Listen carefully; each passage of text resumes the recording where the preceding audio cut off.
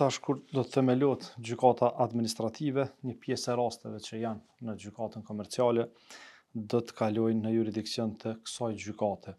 Si e shihni në këtë aspekt këtë lëvizje që do të ndodh edhe si do të ndikojë në punën e gjykatës komerciale? A do të ketë rritje të performancës për shkak të lirimit nga një pjesë e lëndëve?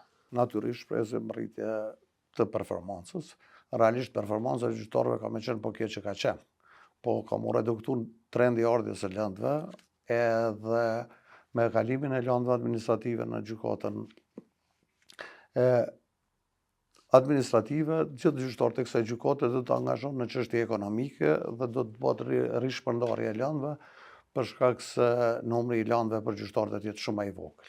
Kjo natyrisht mundson trajtimin shumë më të shpejtë të lëndëve edhe eliminimin e çdo zvarritje që deri tash ka ekzistuar në gjykatë për shkak se numri shumë i madh i lëndëve ka pamundsuar trajtimin me kohë të lëndëve.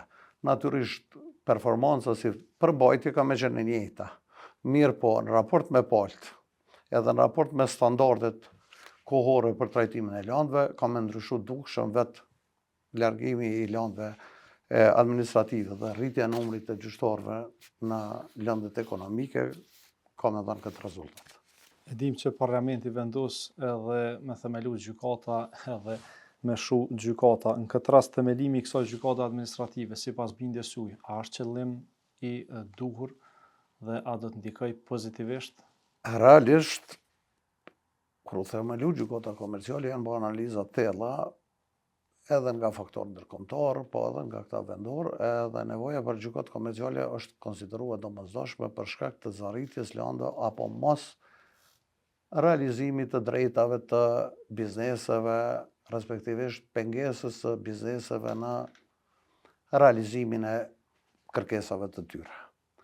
Prandaj rastësisht çështjet fiskale dhe administrative që i përkasin bizneseve kanë kaluar në gjykatën administrative. Pas një kohë ka lind ideja për themelimin e gjykatës administrative dhe largimin e këtyre lëndëve në gjykatën administrative. Realisht nuk e di që ka ndonjë raport apo ndonjë vlerësim profesional për nevojën e bartjes së këtyre lëndëve, mos funksionimin e tyre brenda në gjykatë komerciale apo efektet negative, qoftë ato pozitive apo negative. Edhe për mua personalisht ka qenë e habitshme që pa një vlerësim profesional, pa një raportim, pa kalu një kohë e caktuar për me tregu efektet e këtij ndryshimi në strukturën e gjyqësorit, është marrë vendim për themelien e gjykatës administrative dhe bartjen e këtyre lëndëve. Është çështje politikave qeveritare për mënyrën e strukturimit të gjyqësorit, që është kompetencë plotësisht e tyre.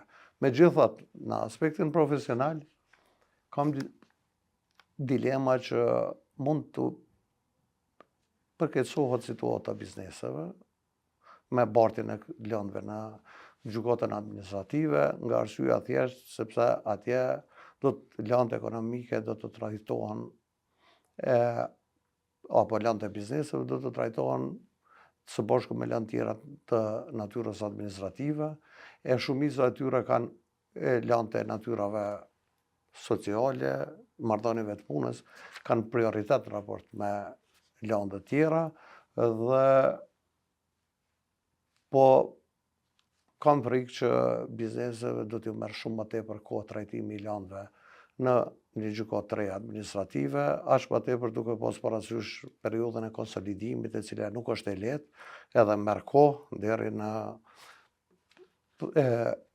plotësimin e asaj gjykate edhe punën e saj me kapacitet plot.